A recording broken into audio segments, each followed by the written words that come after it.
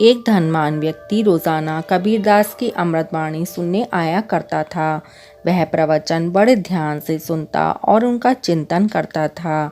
उस व्यक्ति को यह जानने की बड़ी उत्सुकता थी कि कबीर की वाणी में ऐसा क्या है जो लोग उन्हें इतना महत्व देते हैं। एक दिन प्रवचन के दौरान उसकी नज़र कबीरदास जी के कुर्ते पर पड़ी, जो बहुत ही साधारण सा था। उसने सोचा कि वह कबीरदास जी को एक कुर्ता भेंट करेगा। धनी व्यक्ति ने कुछ दिनों के बाद मखमल का एक कुर्ता कबीरदास जी को भेंट कर दिया। कुर्ते की विशेषता यह थी कि उसका बाहर से दिखने वाला कपड़ा मुलायम था और अंदर दूसरी तरफ साधारण कपड़ा लगा हुआ था। कबीरदास जी ने धनी व्यक्ति का उपहार स्वीकार कर लिया।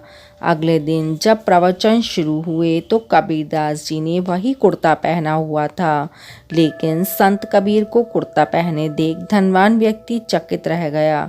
दरअसल कबीरदास जी ने कुर्ता उल्टा पहना हुआ था, यानी कि मलमल वाला हिस्सा शरीर को छू रहा था और साधारण हिस्सा बाहर दिख रहा था।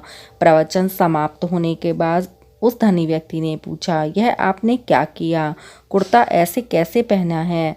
तभी सभी के सामने कबीरदास जी ने बताया कि यह कुर्ता इन्हीं धनी व्यक्ति ने भेंट किया है।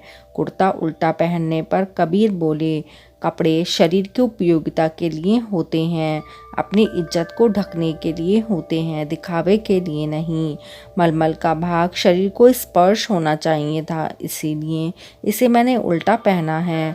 दिखने के लिए तो साधारण हिस्सा ही काफ़ी है।